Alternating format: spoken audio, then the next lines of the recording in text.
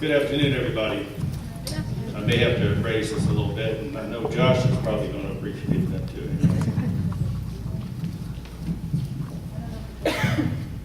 Okay, can you hear me okay?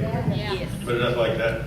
Okay, I want to start by saying I accept humbly the term farmer emeritus, as your program calls me. I still own a 50-acre organic farm in western Pennsylvania, but I don't farm it every day. Tenant operators continue to build the goat creamery and organic vegetable business that my late wife Lucinda and I started 10 years ago. After she died 4 years ago, I realized that I didn't want to continue farming without her, so I found someone else that could pick up the dream and run with it from where we were. I continue to mentor them and assist them in any way that I can because I live just 10 miles away. Your program says, and Hillary just said, that I made history in protecting my farm. That is true in a narrow sense, that I placed it on a conservation easement that attempts to protect it by recognizing certain rights of nature possessed by my farm's ecosystems that would be violated by an industrial activity like fracking. Now, while there are municipalities like Pittsburgh and even countries like Ecuador and Bolivia where a Bill of Rights of Nature have been codified in law, I'm told that I'm the first private landowner in America trying to protect that little piece of nature for which I'm responsible in such a manner. So, before I proceed, Hillary said a little bit about fracking, but I realize that a lot of people don't really know just how bad it is, so I'm going to give you a little paragraph of how bad it is. Unconventional drilling is an extreme form of fossil fuel extraction that came to Pennsylvania in 2004. Wells are drilled a mile down vertically and a mile out horizontally in a process known as hydraulic fracturing, or fracking as it's come to be called. As much as 2 to 9 million gallons of fresh water are slicked with 80 tons of chemicals per well. Many of these carcinogenic chemicals, some kept secret from the public, mixed with silica sand, and then the entire mixture blasted into the shale at 15,000 pounds per square inch, opening up cracks that release the gas.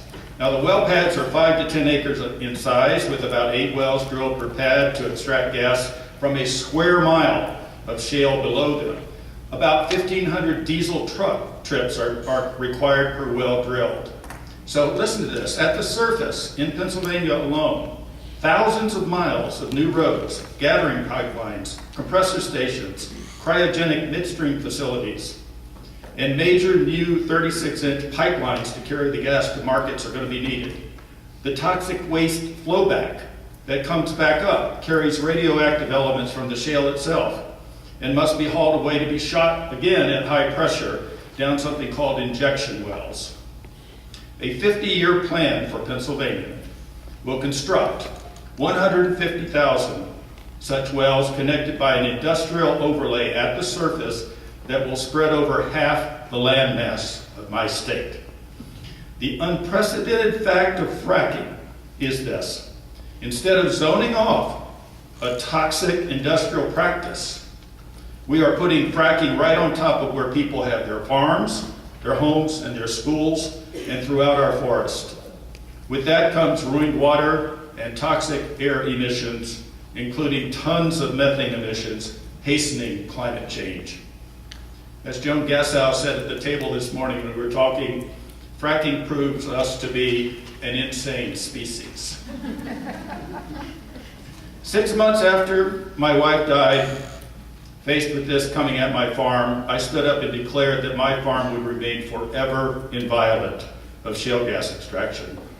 Surrounded by 50 anti-fracking activists, on May 10, 2012, I said this while dropping a portion of Lucinda's ashes onto the high pasture that she loved so much. I said, "I act in the spirit of the founders of this nation who proclaimed in our Declaration of Independence that the laws of nature and nature's God entitled them to throw off the oppression of the British Crown. Fracking for methane gas is an extreme form of fossil fuel extraction that represents a much bigger oppression that is bearing down on all of us. This American flag," I have a flag beside me, "is losing its potency as a symbol of justice and freedom. The republic for which it stands is being bought and sold as though being traded on the commodities market. We are losing our democracy. Governments are protecting corporations, not people. These words that I said that day point to why the conference organizers asked me to come speak to you today. I come as an impacted one, and to speak for me and others whose lives have been hit hard by fracking. But if I may, I want to speak the most of others more harm than me. Last year at this conference, I said, first they must fracture the community, and then they can fracture the shale. Small farmers are part of a community that sustains itself on common values, a devotion to hard work, and care for the land. These values are inimical to the gas industry's need to turn the countryside into an industrialized gas field that yields easy money for a few at the expense of the many. When the big money comes in, there's a loss of community cohesion, and the land loses its mooring in nature as it becomes commoditized for private profit above all other values. The second reason I'm here today is to say something about corporate power and money and politics, a point of common ground for all of us here in this room who are involved in progressive movements that are often blocked and frustrated by corporate power. Money in politics is at the root of why fracking came to Pennsylvania and why it continues to grow. As of 2015, the industry has spent $47 million lobbying Pennsylvania state and local officials. $8.2 million of that went directly as campaign contributions. And lastly, the most essential reason I am here has to do with the theme of this conference: building movements within movements, connecting with other movements so that we sit down at the table and we eat not only well, but with justice present in how the food came to be before us. Certainly I have been impacted by fracking. It's kind of taken over my life, educating about it, talking about it, and still ready to protect my farm. But really, fracking has not impacted me like it has some of the people in my state. Just as this conference is focused on creating a just, sustainable, and regenerative food system, my advocacy for a ban on fracking is not a thing unto itself, not just about me. My conservation easement may be sui generis as a matter of one property owner coming up with a unique legal instrument to protect nature on my farm. But the experience of suffering brought on by shale gas extraction has hit others much harder than me. Could you get that shale field stories? I left it over there on my table. Yes, please. I want to point out to you, I forgot to bring it up because I get nervous doing these things. Out there on table 19, Shale Field Stories in my packet here, is a booklet called Shale Field Stories. Thank you. I really want you folks to pay attention to this because I want you to go by table 19 and take a look for this booklet right here. Shale Field Stories. It's the booklet was put together by people who have been impacted by fracking out in western Pennsylvania, and they brought in stories from all over the country. There are 18 stories in here, but let me just give you 3 as an example of what you find. If you go to table 19 and you look at this, you'll see you could go to shalefieldstories.org, and for a very small donation, $5 or whatever, they'll send you one of these, and this will teach you about what's really happening to the people. One of them being C.J. Bevins, a 23-year-old crushed by a machine on an unstable job site in Smyrna, New York, forced to work too fast, doing 16-hour shifts for 2 weeks straight. The only son of Nancy Bevins, father of a baby boy, his death resulting in, get this, $4,900 OSHA fine to his employers. After he died, his mother said, life became observed, not lived. Frac sand mining out in Wisconsin is profiled in this booklet. It affects Native American communities, the air filled with silica dust, residents buying $1,000 HEPA filters to keep the dust out of their homes, a whole generation of people probably looking at silicosis in their older ages. Michelle Beagle in Bedford County, Pennsylvania, on her land since 1983, speaking wistfully of those days when everyone got along, everyone was family, we kept an eye on each other, you could count on people. But now there's a division between people. Watching her cows dwindle away and die after the compressor station came in. Blacking out in her yard after a blow-off from the compressor station. Falling so many times that she broke every rib in her chest except for one. Finding that her husband and her 27-year-old son were diagnosed as sterile. And lastly, her $125,000 home devalued by the bank below the $33,000 she still owned on it, so she's stuck there. She doesn't have the means to go anywhere else. And then on top of stories like that, we have studies. Statistics can go by sometimes too fast. I'm going to rate them somewhat slowly because these are amazing. Heavily fracked counties in Pennsylvania have 14% greater infant mortality, 23% greater perinatal mortality, 35% of children ages 0 to 4 have cancer. 35% more of children ages 0 to 4 have cancer if they live near a frack site. Cardiovascular disease for the adults is most strongly associated with living near a frack site. The likelihood of premature birth goes up living near a frack site. So you have stories in here, and you have statistics swirling around from universities that are peer-reviewed, and you'd think that it would make a difference. But the people in this study, in all the studies, academic studies, have been rendered largely invisible by the corporate juggernaut of advertisements from the gas industry. The think about it commercials that you hear even on national public radio, disseminating lies about climate impacts and the safety record of this industry.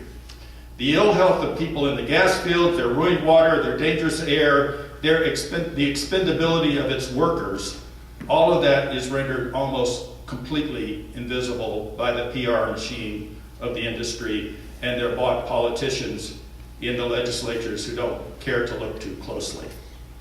So when I declared my farm off limits to fracking, I was joined by my neighbor, organic fruit farmer Jenny Lissek, who released a document called The Harmed, the Sickened, the Dead, and the Disappeared.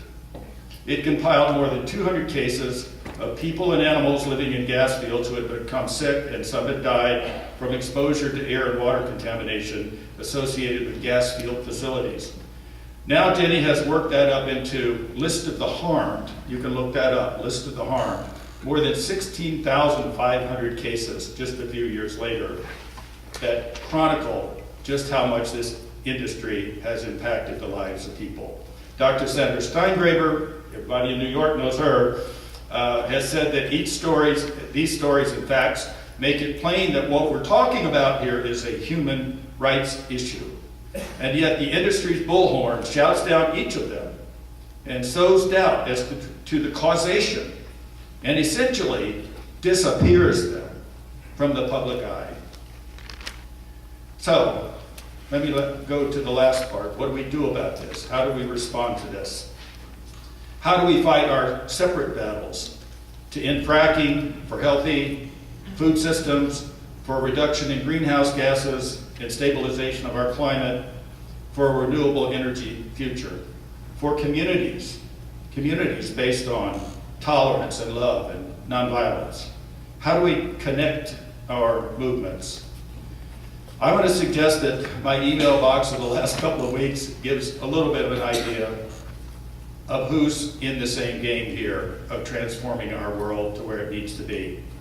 There are high school kids in Oregon who are using public trust law to sue the state for failure to act on climate change. There's Food and Water Watch, I'm sure many of you know them, and their wonderful book, Foodopoly. There's the Organic Consumers Association. There's Black Lives Matter, which is usually taken to be about police brutality and incarceration, and it is about that, but it's also about poverty and jobs. And Environmental Injustice. It's an organization really calling out to me and to many others. Food Democracy Now!, fighting for labeling GMOs. 350.org, carrying the fight on climate change. And that wonderful group of power shift young people, millennials, power shift people, who are seeking more localized energy and food systems. Even, oh, this is heretical in America, speaking of degrowth strategies, so that we no longer have an economy that grows by killing people and the environment. And there are dozens more to which I pay attention on a regular basis, because we talked this morning about being intentional, and you have to pay attention. You may not be in each and every one of these movements, but you have to support the people who are and feel comfortable asking them to support the great work that you do. The people that are fighting over erosion of voting rights, the oligarchic state and movements to reclaim democracy, a constitutional amendment to overturn Citizens United, state preemption of local laws, like in Texas, where one city, Denton, the birthplace of fracking, banned fracking. Guess what Texas did? They said, no, you can't ban fracking. Only Texas can do that. All of that's going on. And then I come here, and I look through the brochure, and I see Farm to Institution New England and Red Tomato Righteous Produce. I love that name, by the way. Who's Red Tomato out there? Righteous Produce, that's great.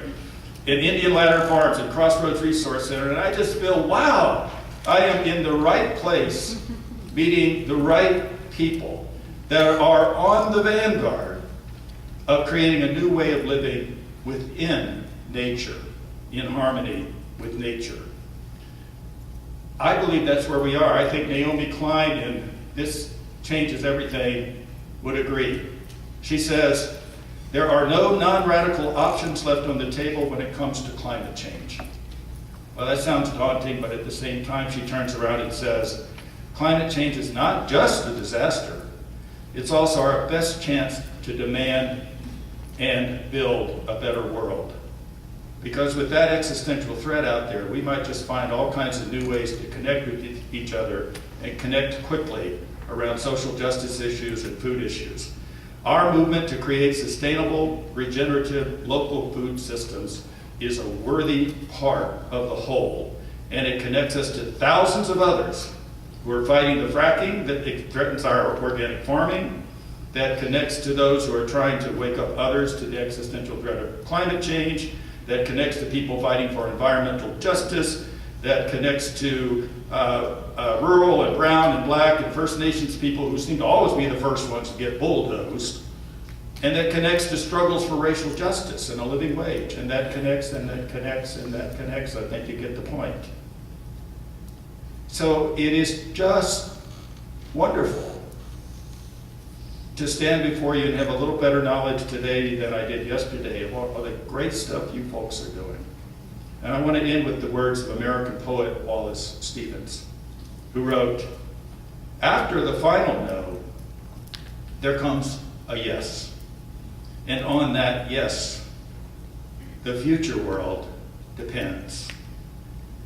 The fossil fuel industry in Pennsylvania plans 40 more years of no to the life, health, and well-being of future generations by saying no to making the change to renewable energy resources. But we, in this room, want to be part of a generation that says yes to life for innumerable generations out. That's why we're here today. That's why we do the work we do.